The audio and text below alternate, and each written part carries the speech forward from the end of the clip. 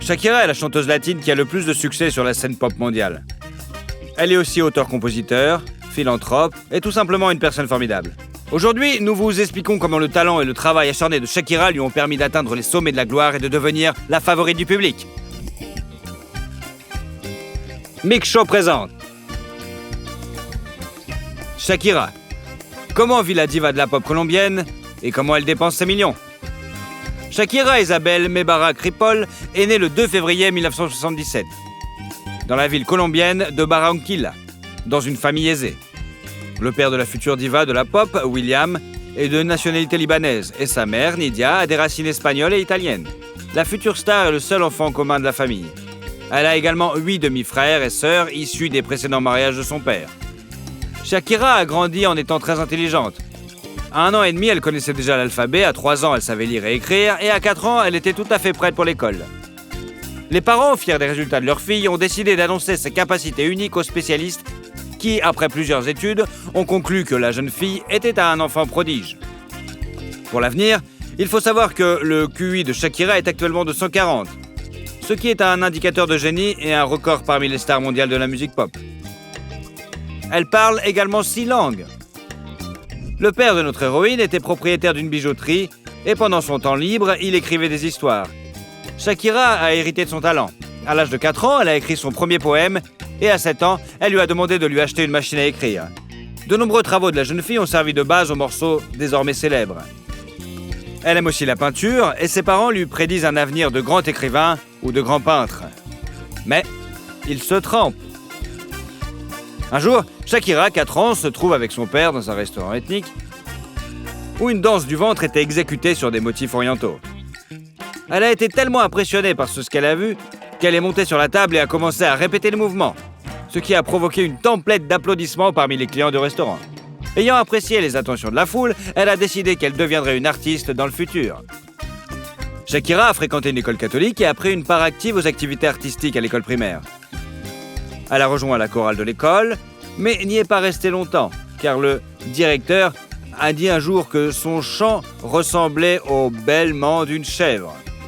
Heureusement, Shakira n'a pas baissé les bras et est devenue encore plus enthousiaste pour le chant et la danse.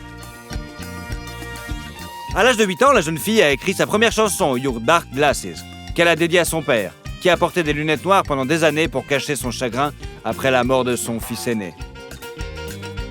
Il convient de noter que William est un père merveilleux qui ne ménage ni son temps ni son argent pour élever ses enfants. Cependant, pour que Shakira apprenne à apprécier ce qu'elle a, l'homme l'a un jour emmenée dans un parc local pour lui montrer comment les enfants orphelins y vivent. Ce qu'elle a vu est resté dans sa mémoire et elle a décidé que lorsqu'elle serait célèbre, elle aiderait les nécessiteux. Elle a tenu parole, mais on en reparlera plus tard. À l'âge de 10 ans, Shakira a remporté le concours de talent Cinderella of the Atlantic. Après quoi, elle a été invitée de divers événements dans sa ville natale, où elle a obtenu sa première reconnaissance publique. Lors de l'un des concours, son talent a été repéré par le producteur de théâtre Monica Arisa, qui a décidé de promouvoir le jeune talent. Monica a organisé des auditions pour la jeune fille et l'une d'elles a été couronnée de succès. La branche colombienne de Sony Music a signé un contrat avec Shakira. Le premier album de la chanteuse, intitulé Magia, est sorti en 1991 et se composait de 9 titres, écrits par Shakira. Bien que l'album n'ait pas connu de succès commercial, la chanteuse a gagné en popularité dans son pays d'origine. La jeune fille est tombée amoureuse pour la première fois. Le garçon d'à côté, Oscar Prado, devient son fiancé. Mais après quelques années, les sentiments s'estompent progressivement. En février 1993, Shakira a représenté la Colombie au festival de musique chilien, où elle a remporté la 3e place. Fait intéressant, l'un des membres du jury était Ricky Martin. Il avait que 20 ans et il a donné son vote à notre héroïne. En mars de la même année sort le 2e album de la chanteuse, Peligro, qui s'avère être un échec commercial, tout comme le précédent. À ce moment-là, la jeune fille est déçue d'elle-même et décide de faire une pause dans sa carrière musicale pour terminer ses études. Depuis lors, les premiers albums de Shakira ont été abandonnés et ne sont pas considérés comme officiels, mais plutôt promotionnels. Après avoir terminé ses études, la jeune fille a déménagé avec sa mère à Bogota, en Colombie. En 1994, elle obtient le rôle principal dans la série télévisée Oasis, une réinterprétation colombienne de l'histoire de Roméo et Juliette. Quant à la chanson du générique.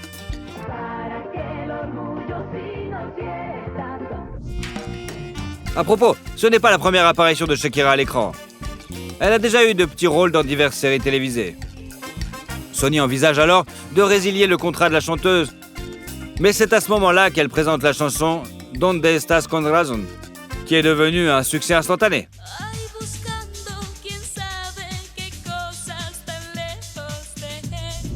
Après cela, il a été décidé de donner une autre chance à Shakira et de financer son 3e album, Pies Descalzos, qui est sorti en 1995 en Amérique latine, puis 1 an plus tard aux États-Unis. L'album atteint instantanément le sommet des charts et se vend à plus de 5 millions d'exemplaires. Il comprend 11 chansons, dont le single « Estoy aquí ».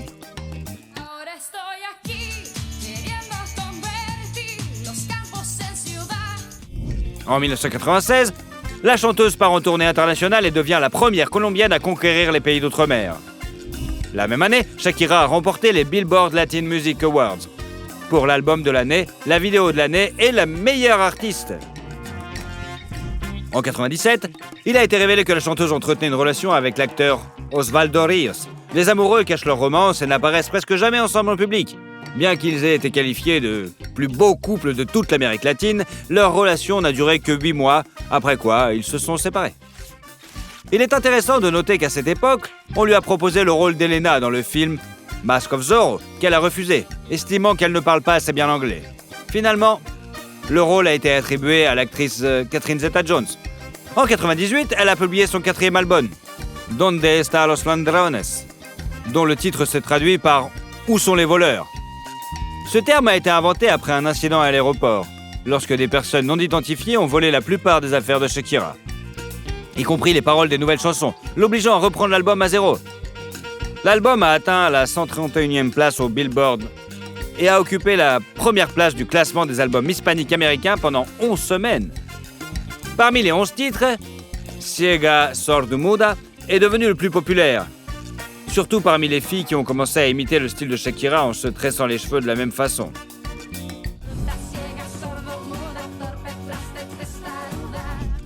Depuis lors, plus de 7 millions d'exemplaires ont été vendus dans le monde entier, et 1,5 million rien qu'aux États-Unis, ce qui fait de ce disque l'un des albums en langue espagnole les plus vendus aux États-Unis. En 1999, Shakira a été nommée pour la première fois pour un Grammy, dans la catégorie du meilleur album rock latino-américain, et a remporté peu après le MTV Video Music Awards, dans la catégorie artiste international préféré, pour la chanson Ojo Sassi.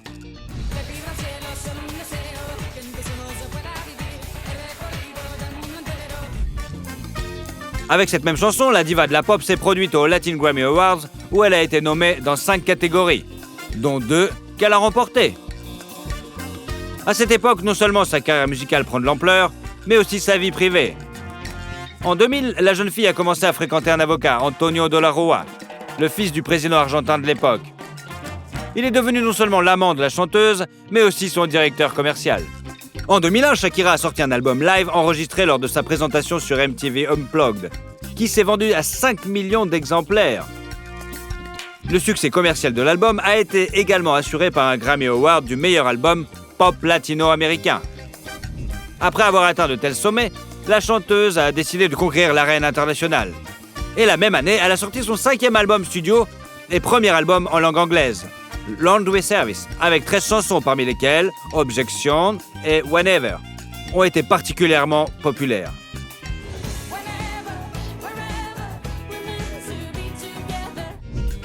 Ce dernier a atteint la 6e place du Hot 100 américain et non seulement rendu Shakira célèbre dans le monde entier, mais également devenu sa marque de fabrique.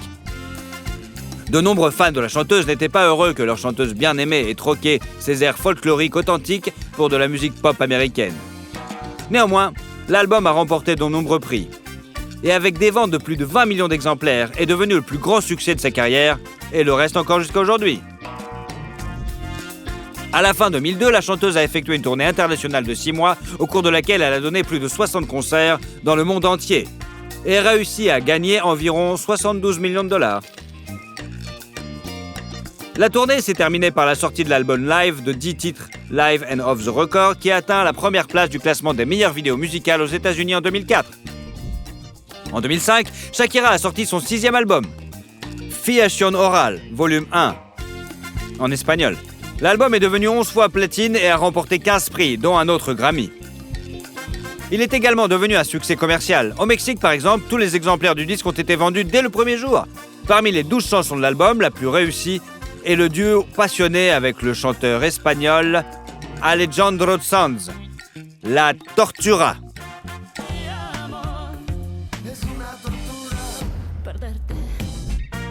La même année, la chanteuse a sorti son 7e album, Oral Fixation, volume 2, qui était une continuation de l'album précédent, mais comprenait des chansons en anglais. L'album n'a pas connu un grand succès aux États-Unis, mais le single Hips Don't Lie, coproduit avec Wyclef Jean, a connu un succès retentissant inégalé dans ces 10 dernières années.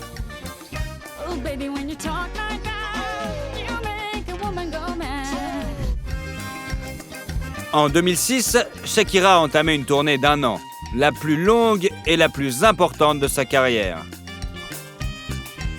Avec 116 spectacles dans 37 pays. En 2007, elle a réalisé un duo avec Beyoncé dans le classement Billboard Hot 100 avec Beautiful Liar, faisant passer le single de la 94e place à la 3e place, le plus haut classement qu'elle ait jamais atteint.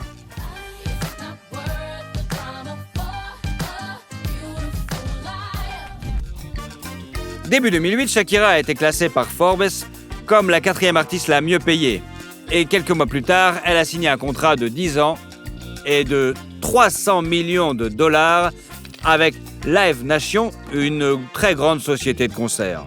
L'année suivante, Shakira joue dans la série télévisée Ugly Woman, dans laquelle elle joue son propre rôle, et sort également son 8e album studio, She Wolf, qui connaît un succès mondial, le single éponyme étant en tête en Amérique latine.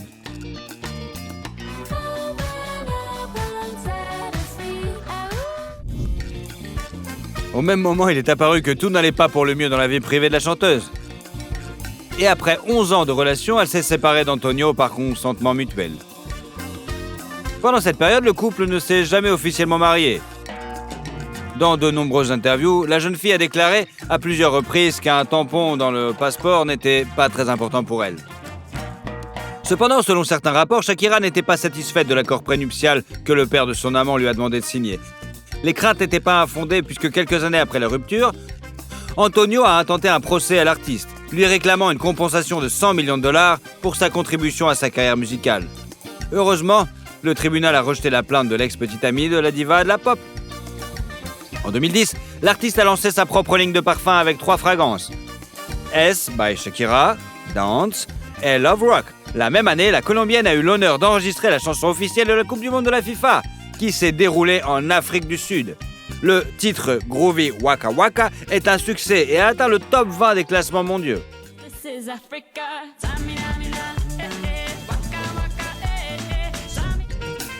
Pendant le tournage du clip, elle a rencontré le défenseur espagnol du Barcelone, Gérard Piqué, qui est tombé fou amoureux d'elle.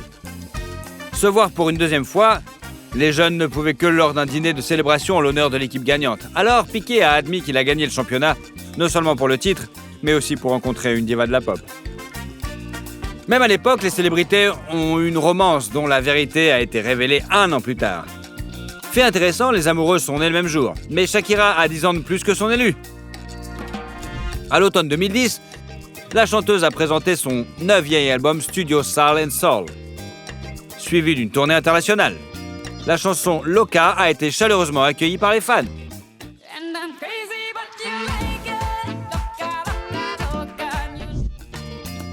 En 2012, notre héroïne a participé à l'émission américaine The Voice, remplaçant Christina Aguilera dans le fauteuil du mentor.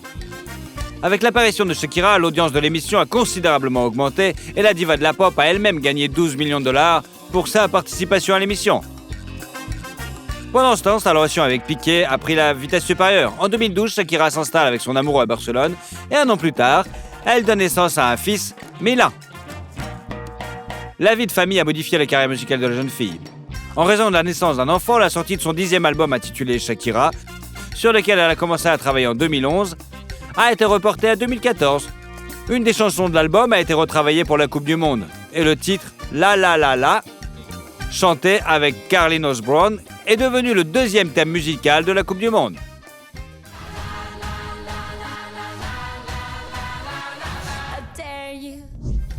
En 2015, Shakira a donné naissance à son deuxième fils, nommé Sacha. Et l'année suivante, elle a prêté sa voix à une gazelle dans le film d'animation Zveropolis. Il est intéressant de noter que son personnage avait à l'origine une apparence différente, mais à la demande de l'artiste, les hanches de la gazelle ont été élargies. En 2017, sort le 11e album de la chanteuse intitulé Eldorado, dont le principal succès est le titre Chantaje, enregistré en duo avec le chanteur colombien Maluma.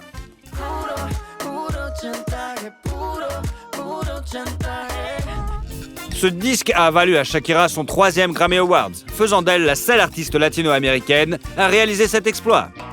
En 2018, la chanteuse entame une tournée mondiale. Et en 2020, elle se produit aux côtés de Jennifer Lopez à la mi-temps de la finale de la National Football League américaine, suivie en direction par 103 millions de personnes. Aujourd'hui, la chanteuse continue à faire de la musique et travaille sur son prochain album. En 2022, elle a dévoilé le single Don't You Worry, une collaboration avec les Black Eyed Peas et David Guetta.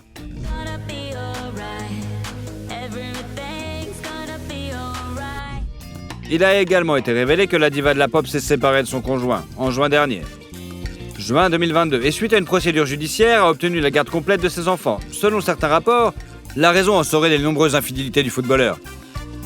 Shakira et ses enfants vivront à Miami maintenant, où Piqué pourra rendre visite à ses fils. À ce jour, la fortune de la diva de la pop est estimée à 300 millions de dollars, gagnée grâce à la musique, aux projets télévisés et aux contrats publicitaires. En son temps, Shakira est apparue dans des publicités pour des marques telles que Pepsi, Activia, Pandora, Oral-B, Nokia, Sony Ericsson, le jeu Angry Birds et bien d'autres. Et l'année dernière, elle a vendu les droits de publication de 145 de ses chansons à une société d'investissement britannique. Selon certains rapports, l'accord vaut plus de 100 millions de dollars quand même. L'artiste possède des propriétés coûteuses dans le monde entier. En 2012, avec Piqué, la chanteuse a acheté une maison à Barcelone pour 5,8 millions de dollars, où le couple de stars a vécu avec ses enfants. La terrasse du bâtiment est plantée d'orangers et la maison comprend plusieurs chambres, un salon et une bibliothèque. Avant de rencontrer le footballeur, Shakira vivait à Miami. La villa blanche comme neige a été achetée par la chanteuse en 2001. Le bâtiment d'environ 800 mètres carrés comprend une cuisine et un salon spacieux, 6 chambres et une salle de trophées. Le terrain comprend également une terrasse avec un bar et une immense piscine. Il y a quelques années, l'artiste a mis la propriété en vente pour une petite somme de 11 millions de dollars. Shakira possède également une maison en Colombie, une villa à Chypre et à Bonske aux Bahamas. Cette dernière propriété a été achetée par la chanteuse et ses amis en 2005 pour 16 millions de dollars. Il était prévu de construire un centre de villégiature sur la propriété, mais le plan d'affaires d'une valeur d'environ 485 millions de dollars ne s'est pas encore concrétisé.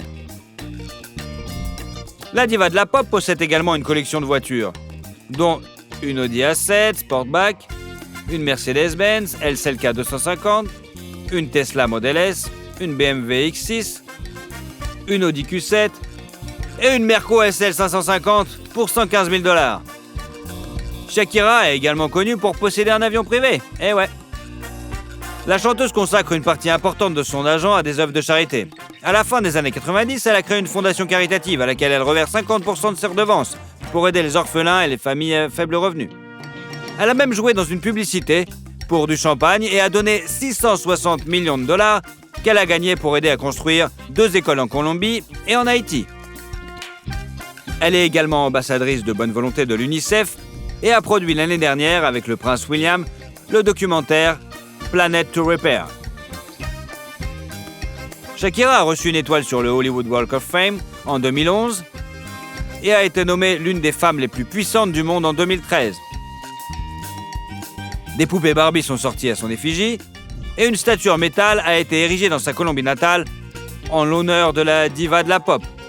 Tout cela montre que Shakira a réussi non seulement à obtenir un succès commercial dans sa carrière musicale, mais aussi à gagner l'amour de millions de femmes. Et vous l'aimez la chanteuse ? Comment vit Vin Diesel et comment il dépense ses millions ? Vin Diesel, de son vrai nom Mark Vincent Sinclair, est né le 18 juillet 1967 dans le comté d'Alameda, en Californie, en même temps que son frère jumeau Paul, avec lequel, curieusement, il ne ressemble en rien, ni en apparence ni en personnalité. Jusqu'à l'âge de 3 ans, les garçons ont été élevés uniquement par leur maman, Delora, qui était psychiatre et s'intéressait à l'astrologie. Mark et Paul n'ont jamais vu leur père biologique. La nationalité de l'acteur est encore un mystère. Diesel a déclaré qu'il était d'une ethnicité ambiguë. Sa mère a des racines anglaises, allemandes et écossaises, et son père biologique était clairement d'une autre race, peut-être aussi un métis. La mère de Mark et Paul a épousé Irwin Vincent, professeur d'art dramatique et directeur de théâtre en 1970, et s'est installée à New York avec leur fils. La famille a rapidement eu 2 autres enfants, Tim et Samantha.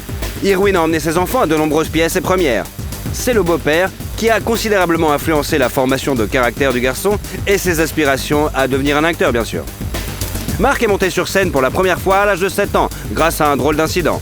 Avec plusieurs autres garçons, il a décidé de se faufiler dans un des théâtres locaux pour jouer avec des accessoires. À ce moment-là, sur la scène, on ne faisait que répéter une pièce. Le directeur de la pièce a remarqué les garçons et leur a fait lire le texte en guise de punition. Curieusement, c'est Sinclair qui s'en sort le mieux. Le directeur lui fait alors une offre alléchante. $20 pour chaque prestation sur scène dans ses productions.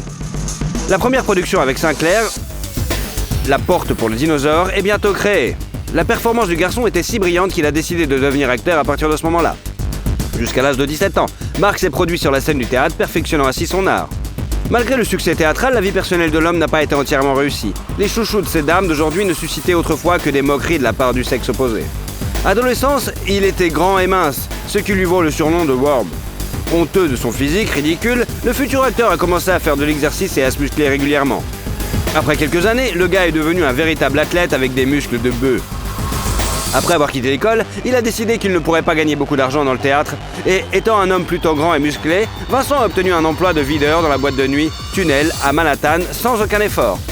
C'est alors qu'il prend le pseudonyme de Vin Diesel et commence à se raser la tête. Parallèlement, Vin Diesel s'inscrit au Hunter College où il étudie l'anglais et la littérature classique. Pendant son temps libre, il apprend à écrire des scénarios. En 1987, il abandonne l'université et travaille fatigué dans un club et part de son New York natal pour conquérir Los Angeles, rêvant de devenir une star de cinéma. Cependant, Hollywood ne l'a pas accueilli à bras ouverts et il a dû trouver un emploi à la télévision comme vendeur dans un magasin de téléviseurs. Pendant l'année de travail, Vin Diesel s'est bien établi et a réussi à gagner un bon salaire. Ce faisant, il a travaillé dur pendant 18 heures par jour. Mais l'acteur a compris qu'un vendeur et une star de cinéma ne sont pas la même chose. Alors, il est retourné à New York. Vin Diesel a fait ses débuts au cinéma en 1990, dans The Awakening de Penny Marshall. Mais le rôle était si mineur qu'il n'a même pas figuré au générique.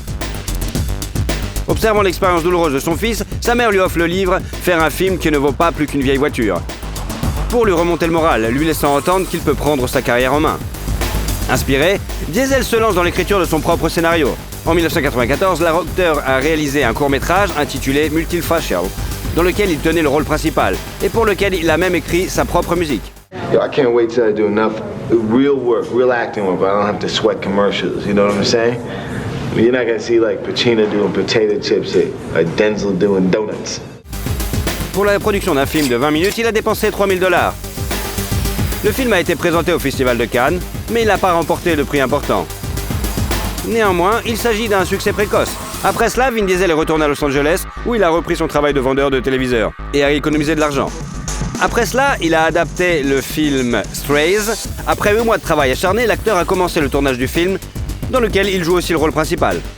Grâce à ce film, le jeune acteur a été repéré par le célèbre réalisateur Steven Spielberg, qui lui a proposé un rôle dans son film Sauver le soldat Ryan avec Tom Hanks et Matt Damon. Get the kid back up there! Captain, the decent thing to do is to at least take her down the road to the next town. We're not here to do the decent thing, we're here to follow fucking orders! Take this goddamn kid! C'est le premier grand rôle de Diesel au cinéma, qui lui a valu la popularité et $100 000. Par la suite, ce film a remporté 5 Oscars, et lui et ses co-stars ont été nominés pour un Screen Actor Guild Award dans la catégorie Performance de groupe. En 1999, Vin a doublé le personnage principal du dessin animé Steel Giant et dans le film d'action Pitch Black, dans le rôle du méchant Riddick. All you people are so scared of me. Most days I take that as a compliment. But it ain't me you gotta worry about now. Ce film a marqué le début de la célèbre série Les Chroniques de Riddick et a apporté à l'acteur la célébrité tant attendue. Bien que le tournage n'ait pas été facile, lors d'une cascade, il s'est blessé à l'épaule et à l'œil avec l'une des lentilles de contact spéciales qui permettait à ses yeux de briller dans le noir. Dès lors, les films mettant en scène la nouvelle star hollywoodienne se succèdent. Au début des années 2000, le public a pu voir Vin Diesel dans des films tels que Boiler Room, Into Pitch Black, Knockaround Guys, et où il jouait le rôle de Taylor Reese, un ami du fils d'un puissant mafieux de Brooklyn. The milk guy's getting paid, the potato chip guy's getting paid, the beer guy's getting paid, every fucking body's getting paid, and you look through me? You fuck! L'année 2001 a été l'une des plus réussies dans la vie de l'acteur. Il a partagé la vedette avec Paul Walker dans le film Fast and Furious de Rob Cohen et est devenu l'un des favoris du public. Il a également joué Dominic Toretto dans ce que le public a considéré comme le meilleur rôle que l'acteur pouvait jouer. Then it's over. I didn't call the police, but don't punch me! Put the gun down! I swear to God! You are the cop! You're a cop! Brian, I gotta find Jesse before they do. I'm all the kids got. I'll call in the plates. Le film a rapporté 2 millions de dollars. Le duo de ces acteurs a remporté une autre récompense, le MTV Movie Awards. Néanmoins, dans le film suivant, Fast and Furious 2, Diesel n'a pas joué car il n'a pas pu se mettre d'accord avec les producteurs sur le montant des redevances. L'acteur demandait plus de 20 millions de dollars pour le film. Pendant le tournage du film Fast and Furious, Vin a entamé une liaison avec l'actrice Michelle Rodriguez, qui jouait sa maîtresse. Après quelques mois de relation, le couple s'est séparé. La rumeur veut que Michelle soit à l'origine de la rupture, estimant qu'elle et Vin étaient trop différents. Cependant, les anciens amants sont restés bons amis. L'année suivante, les téléspectateurs ont pu voir le thriller d'aventure Triple X avec Vin Diesel, dans lequel il a réalisé la plupart des cascades lui-même, sans l'intervention de cascadeurs. Sit down, Mr. Cage. You know what? My friends call me X. So, X, what exactly are you wanting? Ferraris, high-end pasta rockets. De l'aveu même de l'acteur, il n'avait jamais fait de moto auparavant. Pendant les 3 mois de préparation du tournage, il a été entraîné par des motards spécialement invités qui comptent parmi les meilleurs du monde en motocross. D'ailleurs, tous les tatouages du personnage de Vin Diesel dans les films étaient faux. Pour ce travail, l'acteur a reçu une nomination aux MTV Movie Awards dans la catégorie meilleur acteur et a gagné 10 millions de dollars. Grâce à ce film, Vin Diesel a rencontré le mannequin tchèque Pavla Arboka, qui a joué un rôle secondaire dans le film d'action. Mais cette relation n'a pas duré aussi longtemps que les précédentes. En 2003 est sorti le film d'action A Man Apart, dans lequel Diesel a joué un rôle majeur, ainsi qu'un rôle de producteur exécutif. Did you kill my wife? Answer me, motherfucker. Answer the fucking question! Le film lui a rapporté 2,5 millions de dollars. Le film suivant dans lequel l'acteur a joué était un film de la série Les Chroniques de Roddick.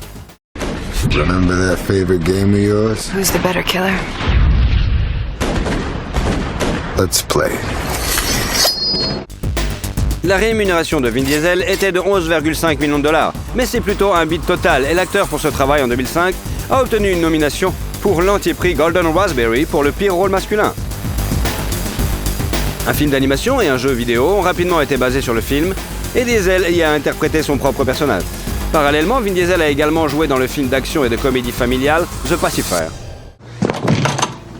Kids, it's safe. Who was that? What did they want? What happened? Please don't leave us, Shane. What do they want? They were after the program that your father invented. Sur le plateau, il a dû coopérer avec 5 enfants acteurs en même temps. Et il s'en est tiré à merveille. D'ailleurs, Vin aimait tellement jouer avec son partenaire de 9 ans qu'il était prêt à travailler sur le plateau même le week-end. Le rôle comique de Diesel est venu au goût des spectateurs qui sont habitués à ne le voir que dans des films d'action. Et l'acteur a joué dans le film Find Me Guilty en 2006. You don't rat at the people that love you. Love you. He's your cousin. He puts 4 fucking bullets in you and he loves you. Yeah, he loves me. I love him. He's family. He's just a junkie. He doesn't know what he's doing. Live and let live. Speaking of which, how many times I gotta tell you? Pour incarner Jackie DiLorchio, Diesel a pris près de 15 kilos et a passé 2 heures par jour sur la chaise de maquillage. Bientôt, le 3e volet de Fast and Furious. Et le 3e, Tokyo Drift, est sorti, mais contrairement aux attentes des fans, le personnage de Vin Diesel n'apparaît dans le film que dans l'épisode de toute la fin. En 2007, l'acteur de 40 ans a rencontré Paloma Jiménez, un mannequin mexicain de 23 ans. Le couple est marié civilement et n'a pas encore officialisé sa relation. Dans l'une de ses interviews, l'acteur a déclaré que cette signature n'était qu'une formalité. 1 an déjà après leur rencontre, le couple a eu une fille, Kanya Riley. Il est amusant de constater que la marraine de la fille était l'ex-petite amie de Vin, Michelle Rodriguez. Peu après, l'acteur s'est vu proposer de participer au tournage de l'un de ses films, le thriller Hitman, ou le film d'action de science-fiction Babylon AD. En choisissant cette dernière option, Diesel a perdu. Le film n'a pas réussi à rembourser son budget, qui s'élevait à 70 millions de dollars quand même, et le réalisateur lui-même a admis plus tard que le film, en général, ne valait pas la peine d'être regardé. L'acteur n'a pas négligé son rôle le plus important, Dominique. En 2009, Diesel a travaillé sur le 4e volet de Fast and Furious en tant qu'acteur et producteur. When I see flashing lights in my mirror, I don't stop. Dans le premier film, Walker et Diesel sont autorisés à faire de nombreuses cascades, car ils ne sont pas considérés comme des stars à l'époque. Mais dès le 4e Fast and Furious, les acteurs étaient devenus connus, les cascades plus difficiles, et le studio a interdit à Walker et Diesel de prendre des risques. 1 an plus tard, Paloma et Vin ont eu un fils, Vince Sinclair. L'acteur est également connu pour avoir un autre fils, Isaiah, qui est un peu plus âgé que Annie. Le nom de sa mère n'est pas connu, et le garçon passe beaucoup de temps avec son père et sa famille. 2011 a ravi le public avec le prochain volet de Fast and Furious, le 5e, et l'acteur lui-même a rapporté 15 millions de dollars. Good race, O'Connor. Thanks, Don. En 2013, Vin Diesel a joué dans le thriller Riddick, encore une fois. La production du film risquait de dérailler en raison d'un retard dans le financement. Vin Diesel a fini par prendre en charge le financement du film jusqu'à ce que le problème du prêt bancaire soit résolu. Selon l'acteur, il a dû hypothéquer sa maison pour pouvoir contracter un prêt.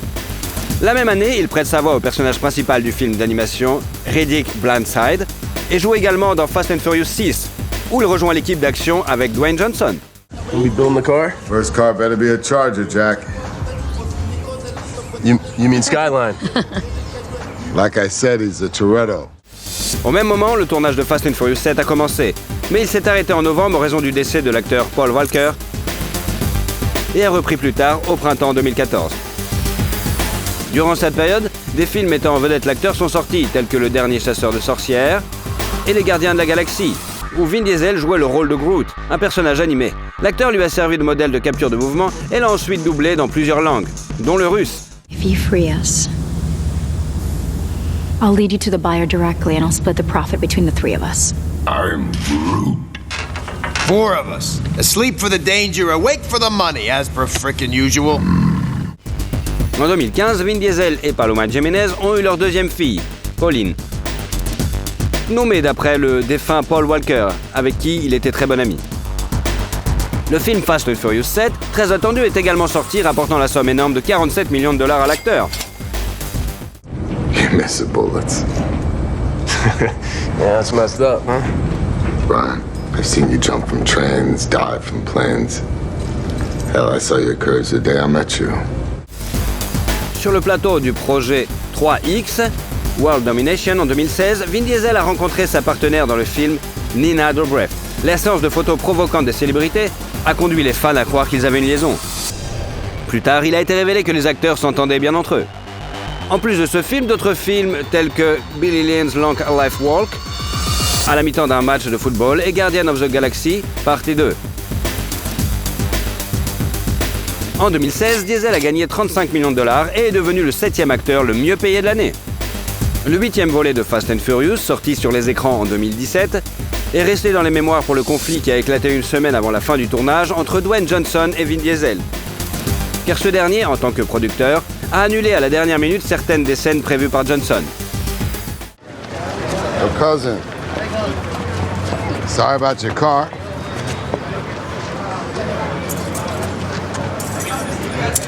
Yours was too slow for a Toretto anyway. Your Impala? Are you serious? Diesel a gagné 54,3 millions de dollars pour l'année 2017, ce qui fait de lui le 3e acteur le mieux payé de l'année, et place également Vin Diesel en tête des acteurs dont les films ont rapporté le plus d'argent au magazine Forbes. Le revenu total des images où il a joué un rôle majeur s'est élevé à 1,6 milliard de dollars. La majeure partie de ce montant est due à Fast and Furious, bien sûr. Le box-office de la cassette a compté 1,2 milliard de dollars. En 2018, l'acteur a de nouveau prêté sa voix à son personnage de Groot dans Avengers, Infinity War, et Avengers tout court. Et le dernier film, il a fait aussi un film d'animation, Ralph 2.0. En 2020, le film d'action de science-fiction Bloodshot est sorti et suivi un an plus tard par Fast and Furious 9, et où John Cena a rejoint le casting. L'année 2022, au mois de décembre, a vu la première de Avatar 2, où notre acteur a réintroduit son personnage. Cette année sortira le 3e volet des Gardiens de la Galaxie, qui a donné à Vin Diesel l'un des rôles principaux. Dans le futur, nous attendons le 10e partie du film Fast and Furious, bien sûr, et le film d'action de science-fiction Fury. D'ailleurs, il est promis que le 10e Fast and Furious terminera cette saga de films d'action. Sa carrière cinématographique réussie a fait de l'acteur l'un des mieux payés d'Hollywood. La valeur nette de Vin Diesel s'élève désormais à 225 millions de dollars. Entre juin 2019 et juin 2020, Vin a gagné 55 millions de dollars, dont environ 20 millions de dollars sur les fonds propres du film Fast and Furious 9. La popularité croissante de l'acteur au cinéma lui a ouvert la possibilité de gagner une somme d'argent impressionnante dans la publicité également. Il reçoit un cachet de 3 millions de dollars pour une publicité de 30 secondes. Par exemple, la marque américaine Dodge a invité notre acteur célèbre à jouer le rôle du chauffeur de la voiture musclée de la marque pour le tournage d'une publicité. Une telle collaboration n'est pas surprenante puisque Vin Diesel a participé à Fast and Furious dont la partenaire était une Dodge, bien sûr. L'acteur a également fait la publicité du scooter Yada G5. Après la diffusion de cette publicité, la société chinoise Yada a vu ses ventes augmenter de 90%. Au début de sa carrière, de telles activités, bien que pour un cachet plus modeste bien sûr, lui rapportaient une grande partie de ses revenus. Par exemple, en 1994, Vin Diesel jouait dans des publicités pour des jouets. En outre, en 2002, il crée une société, Tygon Studio, et commence à produire son propre jeu, Wheelman, dont le personnage principal parle avec sa voix, bien sûr. Personne ne doute que Vin Diesel sait non seulement comment gagner de l'argent, mais aussi comment le dépenser. Cela peut sembler anodin, mais l'acteur adore les voitures. Il a dépensé une partie de sa gigantesque fortune dans plusieurs voitures impressionnantes, que n'importe qui voudrait vraiment s'approprier. Sa collection comprend une Dodge Charger Daytona 1969, une Dodge Charger RT 1970, une Chevrolet Corvette Stingray Grand Sport 1963, une Chevrolet Chevelle 1970, une Dodge Charger Tantrum 1970, une Dodge Charger SRT 8 2011, une Lycan Hypersport. Il est intéressant de noter que l'acteur possède également sa propre caravane, qu'il utilise lors des tournages. L'acteur se sent chez lui dans son énorme van à 2 étages de 100 mètres carrés. Le coût de ce luxe est bien sûr de 1,1 million de dollars quand même. Il est connu que Vin Diesel possède un manoir à Los Angeles, acheté en 2001. Bien que le manoir ne diffère pas en taille et n'ait qu'une superficie totale de 140 mètres carrés, il est situé dans le prestigieux Hollywood Hills. À l'intérieur, malgré sa taille modeste, la maison est très accueillante, sans espace vide, et tout est très compact, confortable et fonctionnel. La décoration intérieure varie également d'une pièce à l'autre. L'une a des murs lisses, peints, et l'autre de la maçonnerie, ou encore même une cheminée. Le revêtement du sol est le même. Il y a du bois naturel et du carrelage. La palette de couleurs varie également, des couleurs pâles et claires, au ton vif et sombre, mais tout ici semble très organique et complet. À ce jour, l'acteur a mis la maison sur le marché et prévoit de la vendre pour 1,4 million de dollars. En 2014, il a acheté un manoir à Atlanta, en Géorgie, pour une somme de 3,3 millions de dollars, avec près de 3500 mètres carrés. Il comprend 7 chambres, 9 salles de bain, une cuisine, un salon précieux, un bureau, une salle de cinéma, une salle de sport, une terrasse sur le toit et une maison d'amis entièrement équipée, bien sûr. Le manoir est idéal pour accueillir des amis, ainsi que, bien sûr, faire des fêtes. En outre, l'acteur possède un autre manoir à Los Angeles d'une valeur de 5,3 millions de dollars. Vin Diesel est un grand fan de la République dominicaine. On dit que la star possède une villa dans le quartier huppé de Casa de Campo. C'est ici que l'acteur essaie de voler à la moindre occasion. La star hollywoodienne envisage également d'investir dans la construction d'un studio de cinéma en République dominicaine. Vin Diesel adore s'envoler vers le pays de l'été éternel pour ses vacances. L'artiste aime notamment le surf et ne manque pas non plus l'occasion de visiter les restaurants dominicains. C'est également le pays où étaient tournés plusieurs épisodes du célèbre film Fast and Furious. Et d'ailleurs, quel est votre film préféré de la star hollywoodienne ? Et surtout, si vous aimez la vidéo, mettez un like. Et comme ça, vous suivrez toutes nos autres vidéos. Allez, à bientôt !